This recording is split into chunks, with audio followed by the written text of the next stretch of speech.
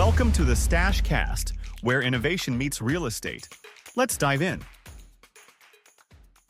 All right, George, thank you so much for joining me today. I'm super excited to speak with you, and I'm glad you were able to set aside some time today. It's my pleasure to speak with you. I know who you are, but for the folks at home, why don't you just give a brief background of who you are and what you do? Sure. I am a commercial real estate broker with CBRE, specialize in selling multifamily properties. I am on a team of 12, so I'm one of 12. And we work selling apartments in Indiana and secondarily in adjacent markets occasionally with colleagues. I've been doing this my entire career. I started my career with what is now CBRE. It was at the time Coldwell Banker, and I was there for 20 years. And then in '05, I started my own boutique firm, Tikijian Associates. We were then purchased by Cushman & Wakefield in 2018. And then at the end of 2023, CBRE recruited me and my team back to CBRE. So I'm back to where I started. I was here for 20 years, gone for 20 years, and now back. That's great. And that's actually a good lead in. What was it that drew you to commercial real estate brokerage? And have you always been in multifamily investment sales? Nothing drew me to multifamily brokerage. I fell into it. Okay. I was on the track to be a banker. I went to Indiana University, got a degree in finance, and in 1984, the year I graduated, most finance majors ended up going into banking. There was like 18,000 banks in the country at the time. So most of us went into banking. I just happened to, I had a banking class at IU where a CB broker 3 years earlier had the same professor, and he was looking for what was called at the time a runner, an apprentice. I raised my hand. I ended up meeting him. I had an interview, and a few months later, I ended up accepting a job with CBRE, with Coldwell Banker here in Indianapolis. And he was an apartment broker, so that's what I ended up doing. I wasn't really even thinking about commercial real estate before that. I can only imagine what my banking career would have been like, how many banks I would have worked at, because there was so much consolidation in the 80s and 90s and even early 2000s that most people who I know who went into banking are either not at the same bank or the bank certainly doesn't have the same name. And obviously, as you well know, brokerage is a much more entrepreneurial business. And I am more entrepreneurial than I would have been as a corporate banker. Yeah, probably. I can't, candidly, the reason I'm in real estate brokerage is because nobody would hire me. I don't like being told what to do, which is the blessing and the curse of being in commercial real estate brokerage. So to go back even further, the reason they hired me at CBRE, it was very hard getting a job back then, as it is now with the big real estate firms. The reason I was hired, that's the guy named John Watson who hired me, who you may know John because he's principal of Core Redevelopment, and they redeveloped a few properties in Cincinnati. Yeah. The two schools. He's the one who hired me. He's 3 years older than me and needed a young apprentice. But the reason he thought I was even worthy of the job, I wasn't, I don't think, a particularly good interviewee. But in college for 4 years, I'm from New Jersey. So we moved to Indiana when I was in junior high, but my family still had a place at the shore in New Jersey. So in the summers, I went back to New Jersey and I got a job while I was at IU in the summers as a good humor ice cream man. And which is a bigger deal in New Jersey than it is here in the Midwest. Good humor men are well known in New Jersey. It's a more densely populated state, and neighborhoods, houses are more tightly packed together. So Ice cream man is a viable summer business, whereas here, at least in Indianapolis, the ice cream men are looked upon as sleazy guys who drive trucks, but it wasn't Yeah. that way. So that was a very entrepreneurial business. I bought my ice cream at wholesale, sold it at retail, rented the vehicle, and worked many hours until late at night looking for kids who wanted to buy ice cream and candy. Amazing. That's awesome. You know who else was an ice cream man? Was PBD, Patrick Bet David. I just heard that the other day. Ah, No, he's from Sherman Oaks, California. okay. Huh. So I guess that was the early lead in for you about what made you feel that, because brokerage, as you mentioned, is very entrepreneurial. So I guess did that give you the confidence to go and say, yeah, I can sell this. That's where I learned about there are some businesses, the more you work, the smarter you work, the more money you make. Yeah. So that is really what appealed to me. It's a little crude, but our business of brokerage is really all about making money. I don't desire to be the manager of the office or even the president of CBRE. That's not what I'm striving Right. for. I'm striving for making money. Now, I've always done it with a very long-term perspective. So it's not making money today or on this deal. It's building a business over time that pays dividends over time to make money. And that's always been my approach to it. That's a really good way to frame it. And so I'm curious if you could maybe expand on that a little bit more, because I think a lot of people look at what we do, especially once we have established our brand, and be like, oh, it's easy, but it's not. It is a very hard business to start. The business is quite different today than it was in 1984. In the 80s, it was really the Wild West. It was cowboy brokers working on their own, trying to do deals. And there weren't so many teams in apartments in particular. The Reagan tax law in Yeah. 1981 basically created tremendous incentives to own real estate and apartments in particular. From 81 through 86, the business was primarily syndicators raising money to do deals that provided tax losses to investors. It wasn't a cash flow business at that time. So prices went up because the more you paid for a property, the more write-offs you got. And again, it wasn't a cash flow business. So at the time, the syndicators were out making offers on properties. So when I started in 1984, I was the fifth apartment broker in the Indianapolis office of what is now CBRE. All five of us, or four, were all independent, working on their own. They would collaborate sometimes, but they were all chasing their own deals. I was working with John Watson. And so you mentioned the 86 tax law.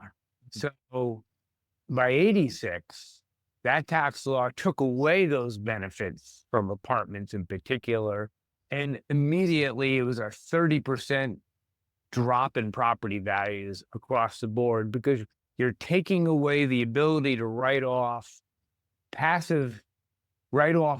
income with passive losses. That's what that did. So no longer would anybody buy a property for the losses. It had to be cash flowed. So those properties were purchased at premium prices and financed at premiums so that the business just ground to a halt. By 87, I was the only of the five brokers, I was the only one left in the Indianapolis office. And the reason I survived is I was very young. My standard of living was as low as it gets, right? It didn't take much to survive. And I was mostly working on really small deals with mom and pop owners. Those weren't really tax syndicated deals. They were more cash flow deals. So while property values dropped, they didn't fall off a cliff. Because from 81 to 86, a very high percentage of the larger properties in the market sold to syndicators. So all of those larger properties you could not sell because they were worth less than they paid for them, and in some cases worth less than the debt. But the little deals you could sell. So not only was I the only one left in the Indianapolis office, there was no other apartment brokers left in the market period in Indiana. All of our competitors had also gotten out of the business because the business literally ground to a halt, and people had to find an alternative living. So from 87 to 89, I slowly was getting better, still mostly selling little deals. And maybe I'm giving you too much history. I'll let you No, talk. this is exactly what I want. This is Okay. So starting in about 89, all of those syndicated deals that were overfinanced, they started defaulting.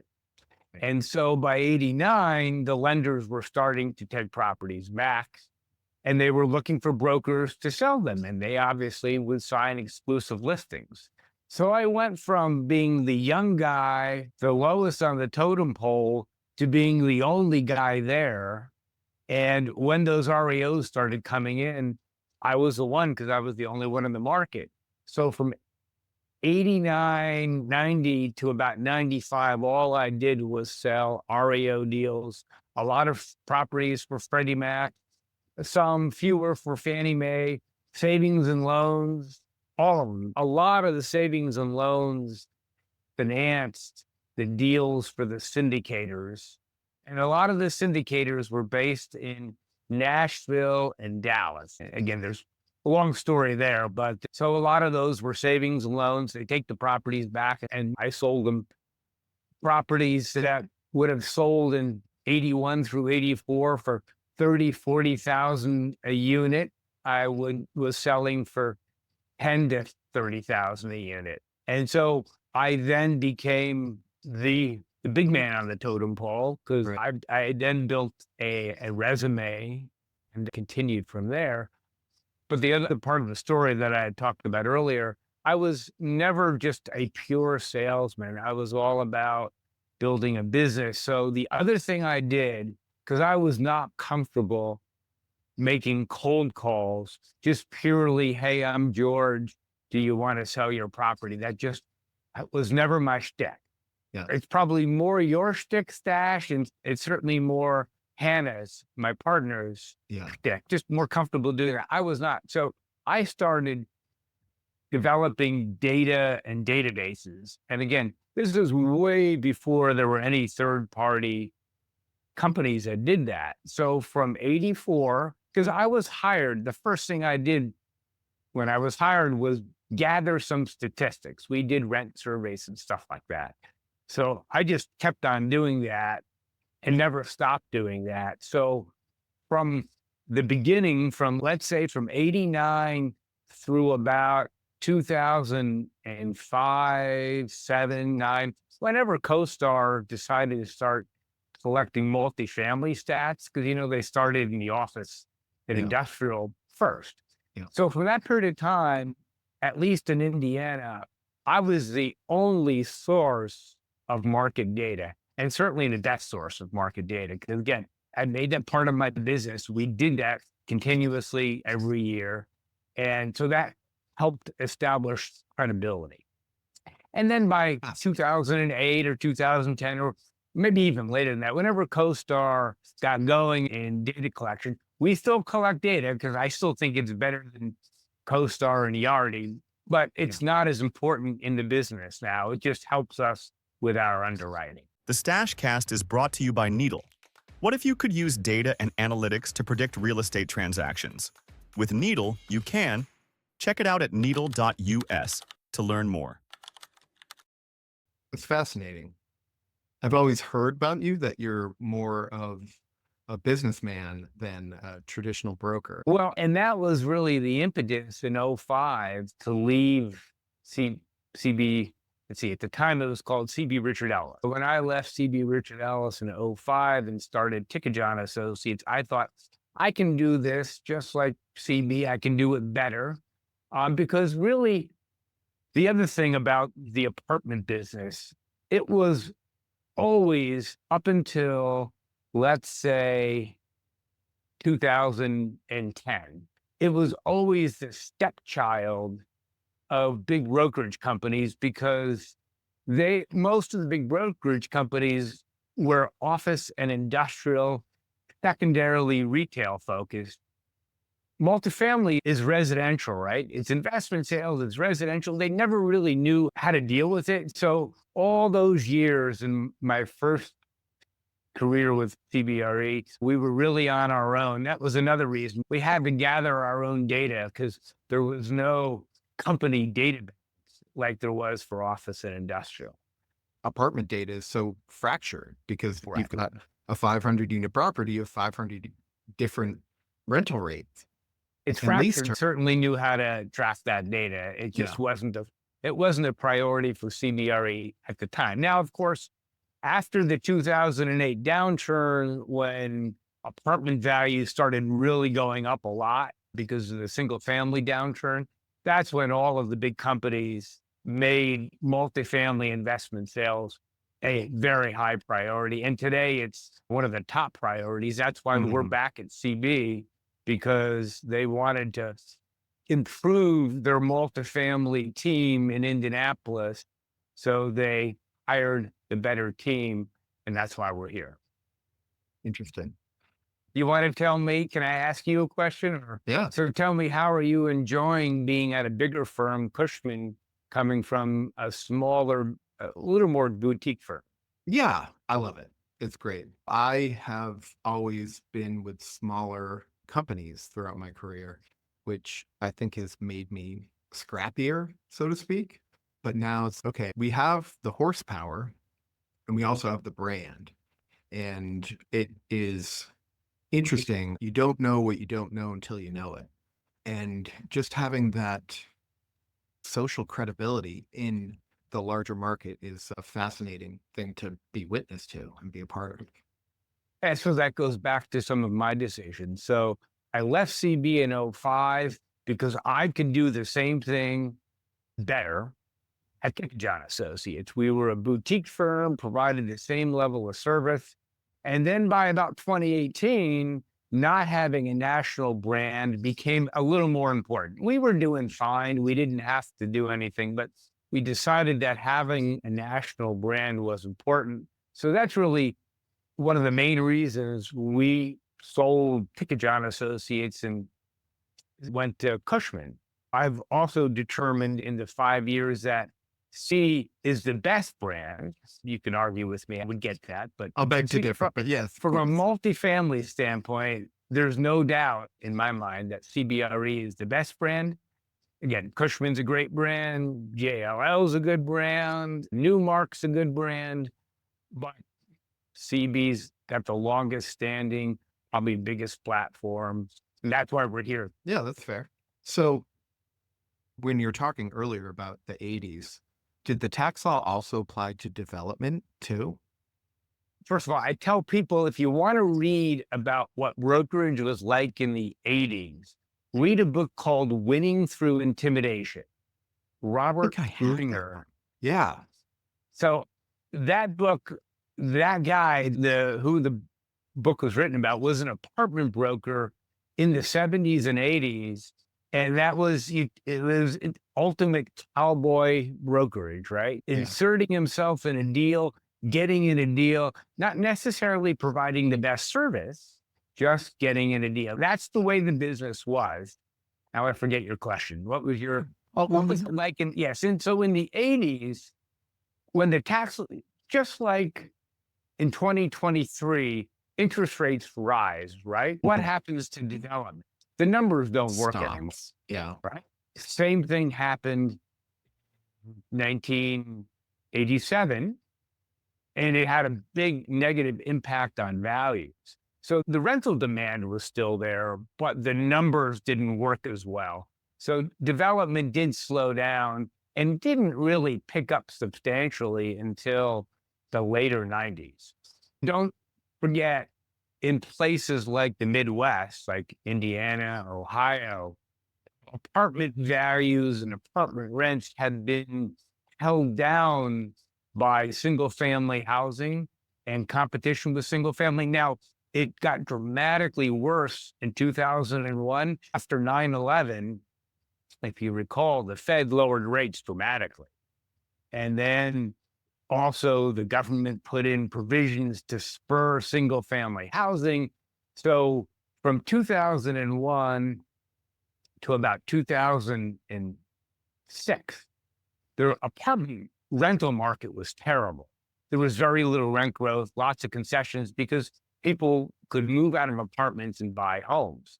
You talk to some developers who built both homes and apartments, and during that period of time, they would tell you it was easier to qualify a buyer to buy a home than it was to qualify an apartment renter to rent an apartment. So that was really a stagnant period of time because of competition from single family. So again, that's a big reason why in 2008, or call it 2009 and 10, after we recovered from the job downturn, Yeah. apartments took off and never really stopped until rates started going up in Right. 23. Yeah. As you're speaking, so many things in my mind are just clicking. That's why, because I'm sure you get this all the time. We want 80s and 90s, like value add. And there's just not that much product. And so it makes a lot of sense what you're saying as to why. Well, also there wasn't as much 80s products because interest rates were very high in the 80s. And when I started in 84, a mortgage for apartments was, I think, 12%. Fannie Mae, Freddie Mac loans were 12.5%. And even though the baby boomers were still growing and the demographics supported more rental housing, it was harder to make the numbers work. So what were the cap rates like when interest rates were 12%? So that's when deals got much more creative. The cap rates were, for a long time, the cap rate was 10%. So if the cap rate was 10% and you had a mortgage of 12%, there was creative financing. There was wrap mortgages, second mortgages, and this was all before the securitized market was a primary lending source, where they started prohibiting secondary financing. So you can get more creative with banks, and S&Ls would allow multiple tranches of debt. Sellers would carry back financing at below market interest rates to support higher values. Yeah. And And so with the Wild West of lending, you have a less efficient market. If you and I today do a BOV on a property, assuming neither of us is smoking weed or trying to buy a listing with a high price, we're going to be pretty close with value, right? Because Sure. the inputs into value are pretty stable. Back then, you could finance it all different ways, and values could be very much more greatly. It wasn't as efficient a market. Yeah, that's fascinating. It makes a lot of sense. And S&Ls were even allowed to put in equity into deals, weren't they? Yeah. Yeah. Not allowed to do that anymore. Actually, they can, they're just limited. Oh, I didn't know that. First of all, there aren't really S&Ls too much, but Right. savings banks do have the ability to own real estate, but they're more highly regulated and they will use a lot more capital. They have to reserve a lot more capital for that. So they don't do it because it doesn't really make sense for them, for savings banks. Yeah. Makes a ton of sense. So I'm just absorbing it. This is great. I'm really loving it. The history of multifamily, the modern history of multifamily, that at least Yeah. from the 80s on. Was that just the technique that was in vogue, or that was the cheapest way to do it? That's just how people developed. My guess is roof trusses and framing technology probably weren't as advanced in the 60s. It's pretty consistent. That's just the way things were built back then. I bet if you look at the rise of manufacturing facilities that create those roof trusses, it would correlate with pitched roofs. Awesome. And asphalt shingles, I don't think that maybe they came down in price. Maybe oil prices came down and it made Right. asphalt shingles more viable. I'm sure there's all kinds of engineering and materials science that played a part in what was the cheapest and most cost effective, right? Yeah. I had a podcast the other day with a guy that was talking about magnesium oxide board, and he's in Florida, and this is missile proof. That's amazing. So that'll be coming out soon. We don't have missiles flying through the air in the Midwest. No, They do in Florida during hurricanes. we get an occasional tornado, but not to the extent as hurricanes and the damage swath is not as wide as a hurricane Right. does. Okay, so you left CBE. It was CBE 2005. Yeah, in Right. 2005. So I took one person with me when I left CB in 05, I was the very first one in the Indianapolis office to even create a team. And I think it was in 91 or 2. I had a team, I had a marketing specialist, which back then all you had were secretaries and brokers, and that's it. I Yeah. actually had somebody who was a marketing person to help us do marketing and materials together.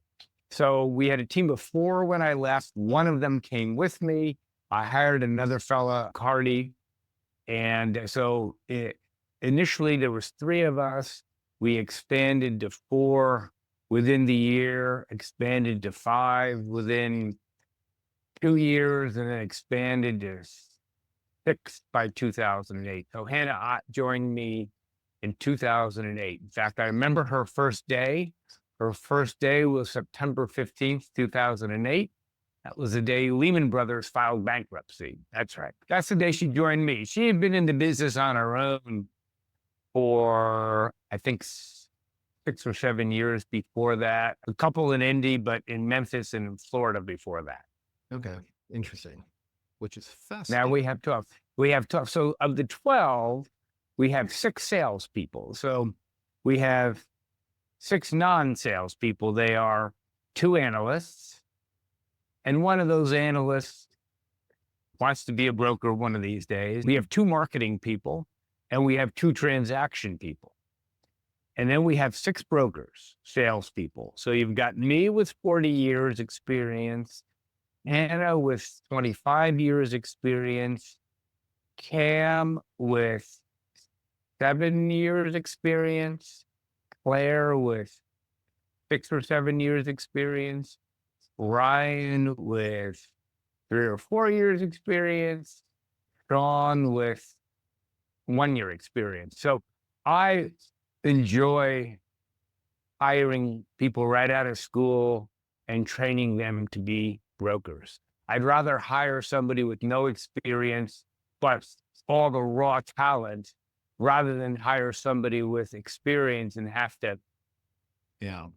So when you onboard a new associate, do you have them drive the market? Do you have them make buyer calls? Like, where do you direct their energies? How do you make sure that, because what I've seen personally, and I almost felt victim to it myself, is that new brokers tend to get lost in their spreadsheets. You have all this energy, you want to make however many calls I have to make. And then you get somebody on the phone and they start asking you questions and you're like, oh, I don't know. And then the mentality is I have to know everything about a given property or the owner and everything they own before I even make the call. And so you end up spending a half hour researching each person, and then you get a voicemail, and then you do it for the next one.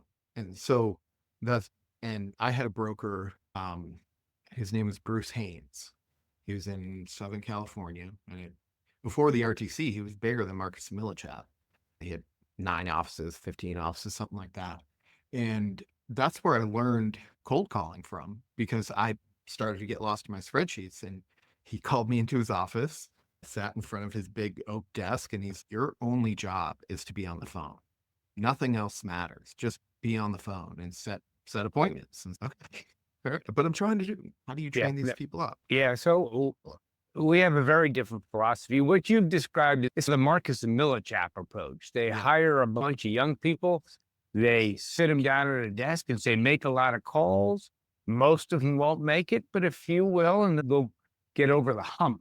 What we do is because we're investment sales, right? So we're selling an investment product.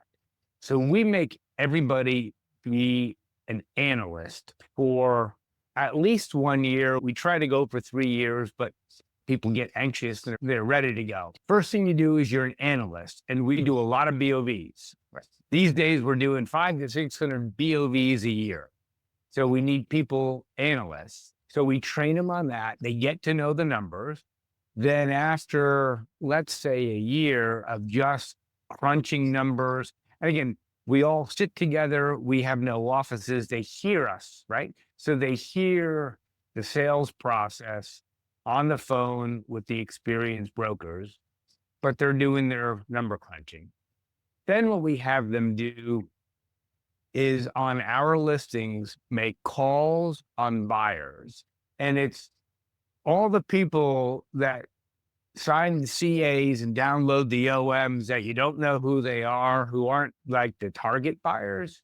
They call them because sometimes those people who you have no idea turn into buyers. Sure. So they call them. So they then have to, so they understand the numbers because they've been an analyst for a couple of years, and they spend time making sure they understand the property. And we always, in our OMs, we talk about why do you buy the property? We have investment highlights. We have the pitch, right? So they call buyers, and then we'll do showings. And they go on calls, buyer calls or meetings and showings with me and Hannah, and they learn through osmosis. We never send people out on their own in the early years. We don't want you talking to people if you don't know what the hell you're talking about, because we have a reputation. So anyway, they do that. And then let's say in year 3, they're calling on our buyers, or they're calling buyers for our listings. Then they start doing prospecting. We'll figure out what segment of owners you should prospect with, so that not everybody's calling on the same people. And then they'll start prospecting. They'll prospect, they'll get somebody who says, yeah, I'm interested. So then the whole team works on it. We'll do a BOV. I'll look over their shoulder. We'll make sure that the BOV is right. I'll know what the flaws are in the property because we have experience doing that stuff.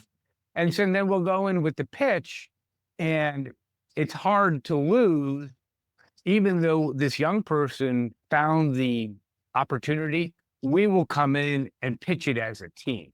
Mm-hmm. So they then we will get a listing. They will be the lead broker. By then they know what to do. And maybe somebody newer and younger helps them make calls. So that's how we evolve into brokerage. It takes 5 years to know what you're doing, and it takes 10 years for the business to keep coming without you constantly having to scramble. And it is much easier to do it from a team standpoint, right? Yeah. So these young people join our team, and they can't make as much money as if they were on their own sort of cold calling, right? But their chances of making money are quite a bit higher here because we're going to bring in revenue and we're going to share it with them. And then the splits, they change over time as people add more value to the transaction. So what that does to me is I've got more people on the team. Hopefully the pie is bigger, right? So even though we're splitting it more, I'm getting parts of deals that I likely wouldn't have sourced and listed. And then also, I don't have to do everything. I've been doing this 40 years. There's things I like to do and things I don't really like to do. So I get to do what I like to do. And the young people are doing the things that they need to do to build their own career. No, nothing's ever really bulletproof, but that is a great solution to be able to. But what it requires, and this is where it breaks down, and I'm going to pat myself on the back here, and Hannah, it requires senior brokers that are willing to split and train and take responsibility. And again, think of it as a business, not as just sales. That's the way I've always done it. That's what it takes. There aren't that many teams that last very long because most of the leaders are either people that can't stay focused or they got a big ego and they want to make all the money. And I'm okay sharing. Yeah, same. I think we share that philosophy. I started off on my own, and then Nate and Sharif both joined me within 2 months of each other in 2014. And we've been together since. We've got William, who's tremendous, and Nash, our analyst. And then we joined up with Don and Jordan here. And it's a similar philosophy. You're obviously a little bit more evolved, but yeah, you allow people to do what they are best at so that you can go and do what you're best at. You give the client the best team and the best resources, then the client is the seller or the buyer once we have a buyer lined up. We want to give good service on all aspects of the transaction. I mentioned transaction coordinators, so something I started a long time ago. Most brokers have a history of once you get a buyer, the buyer starts working on a purchase contract, and then a lot of brokers move on to the next thing and just wait for the deal to progress to the point where it closes and they make their commission. If you go to a closing and there's an argument between the buyer and seller, and usually the argument's about money, and sometimes there's a gap. And what do they do to fill a gap at closing? They look to the broker. Yeah. So I learned a long time ago, it started off with me doing, this is when I was largely by myself even. I wouldn't just hand it over to a title agent and say, here you go. I would stay very involved, gather the information, and do the closing statement and make sure that before closing, buyer and seller are in agreement, because it's amazing. You negotiate properties in the hundreds of thousands of dollars, but boy, at closing, you argue over tens and hundreds of dollars. Yes. So I learned that early on. So I made sure in advance of closing, because again, when you're sitting down there, they look to you, say, you solve our problem out of your pocket. So I learned to not let that happen. And that just evolved into the way to make money is to ensure the greatest likelihood of closing a deal. How do you do that? Number one, you get a listing. So you control the real estate. And then number two, you control the process. You control who the buyer is. And then you control the due diligence and the closing. These are all things learned over a long career that I am able to more rapidly relay to our team because I've experienced it. So we do a whole bunch more due diligence before we get a listing and before we put it on the market to make sure we find problems before they become deal killer problems. So these are all services we provide to the seller, whether they appreciate it or not. The ones who have sold properties and know where problems come up. The ones that are less experienced, they don't get it until it happens to them. Until they find it. Right. Somebody finds it. I need a TC. I don't know how any of our competitors can compete with us without one, because sellers love it. Sellers love it because we do all the due diligence. And so when you and I are working on a deal, let's say we've got a deal, it's under contract, the buyer's doing due diligence, we're out doing whatever on meetings, on the phone. Due diligence keeps on coming, right? Somebody has to pay attention to it. Our transactions are chained to their desk. And when the emails come in, say, can you send us this T12 or this survey or whatever, they're not waiting for me to get back to my office or the next morning, see the email. It's done right away. And then we organize it. We make it as easy as possible. We anticipate things. What do you say when somebody says, hey, you have any off-market deals? What do you have off-market? We don't want to buy anything on market. I say we don't do off-market deals. And a lot of off-market deals that we have done start as properties that are going to be listed. But somebody comes along and says, I need a deal, or this is what I want, and this property works. And the seller is willing to sell it at a defined price without a full marketing effort. Some sellers are willing to do that. What we don't do is somebody says, I'm looking for an off-market deal, and I'll call an owner saying, hey, I've got a buyer. Because that is not in the seller's best interest. Now, that being said, there are some sellers that will do those, and we've seen like there's been more of them There was a lot when things were crazy in 21, 22, because the buyers were coming from the East Coast and buying deals and making crazy offers and closing. Now, those buyers can't necessarily close, but there are sellers still willing to do off-market deals. So some of the properties that trade are not our deals if they're off-market. I don't let it bother me. I'm in this for the long run. If Yeah. somebody doesn't appreciate our service, want our service, what am I going to do about it? I'd rather spend my time providing a service than chasing deal. We're not deal chasers. We're business chasers. We're not just deal chasers. Yeah. That's a good transition of a question. How do you make sure that you're aligning interests and then making sure, because for those that don't know, the brokerage cycle is you usually give it back to the broker that brought it to you almost by default. You still have to earn it. So how do you go about fostering and then maintaining those relationships over the long run so that there is no question when it is time to sell? Because candidly, George, I've talked to people and they're like, we use George and Hannah, and I gotta respect it. I love it. Well, you. we do get listings where we weren't the incumbent because in some cases our competitors just aren't as good. They may have had a listing and the buyer bought it, but when it comes to marketing properties, we have a better system and a better team. So we do get listings where we didn't sell it to them. But maintaining relationships over a long period of time is one where usually there's some relationship building, right? So there's some people you can build relationships with. You can talk to them on a regular basis and they become your friend. But most of our clients, they don't really want a friend. They want somebody to make them money, right? People want us to make them money.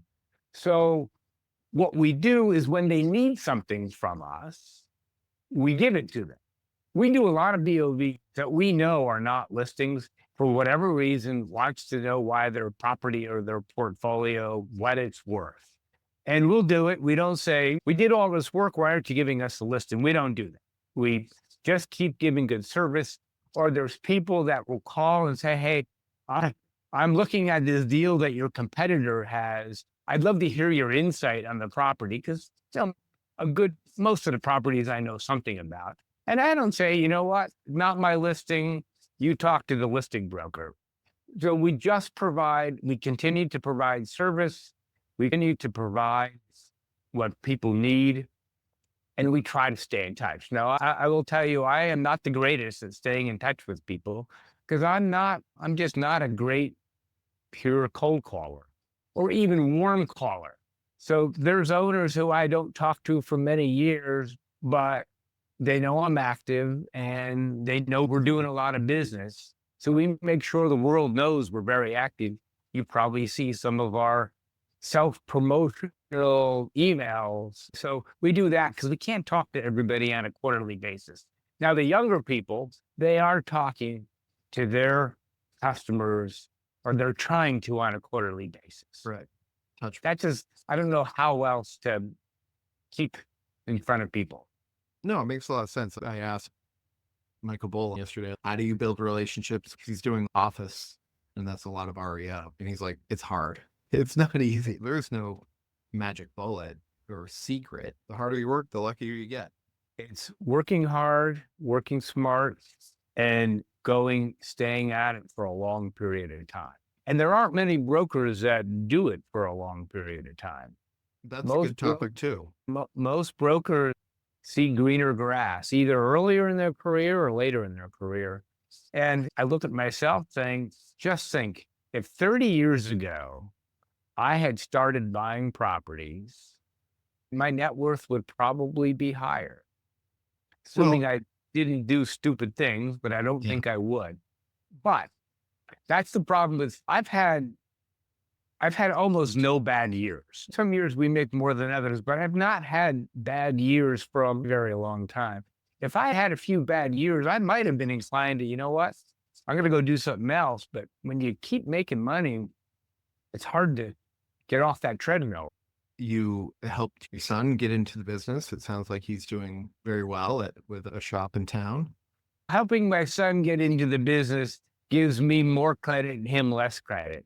I helped him get a summer internship. I wasn't trying to take anything away. No, I get it, but he did the rest, and he's moved up the food chain at Virgin Health, and he's a highly valued member of the team there. He loves his coworkers. I've got a daughter who's also in the business. She works at Thompson Thrift.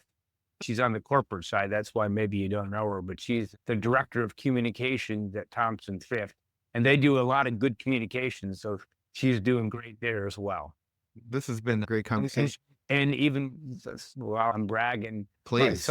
my son in less than 30 days is going to give me our first grandchild. Oh, So that's great. Congratulations. Congratulations, George. That's Thank you. wonderful. Yeah. I heard you have llamas too. No, we had donkeys at one time, Okay. but we don't anymore. We live in Zionsville and we live on 8 acres with a barn. And we had a horse at one time because my daughters used to ride. And then we got donkeys to keep the horse company. And then when my daughter stopped riding the horse, we rehomed the horse and got another donkey. But we don't have any outside animals anymore. No more donkeys and horses. I heard that you had to get up every morning and feed them in the mornings. My wife would dispute that vehemently. She would get up and feed them. I did not take care of the donkeys and the horses very often. Let's see. I think we've gotten to most everything I wanted to cover. So I just really appreciate you carving out about an hour here. Thank you so much. My pleasure, Stash. It was nice to get to know you. For sure. Absolutely. I hope you have a great rest of your day. Bye-bye. That's it for the Stashcast. Subscribe, share, and stay ahead in commercial real estate and prop tech. See you next time.